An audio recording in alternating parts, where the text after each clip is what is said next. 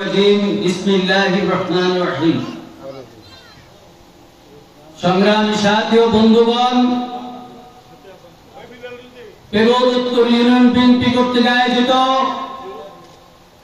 আজকের এই শানিচক সরকারি প্রাথমিক বিদ্যালয়ের মাঠের এই জনসভায় উপস্থিত থাকবেন এই অত্র এলাকার সাবেক সংসদ সদস্য, সাবেক হুইপ, বীর মুক্তিযোদ্ধা জননেতা জনাব মনিরুল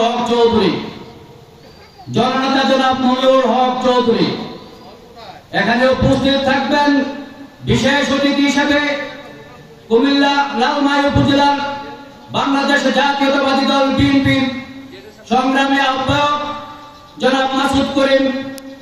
এখানে আরো উপস্থিত থাকবেন বিশেষ অতিথি হিসেবে লালমাই উপজেলা বিএনপির সদস্য সচিব জনাব ইউসুফ আলী বিন পিন্টু। উপস্থিত থাকবেন লালমাই উপজেলা বাংলাদেশ জাতীয়তাবাদী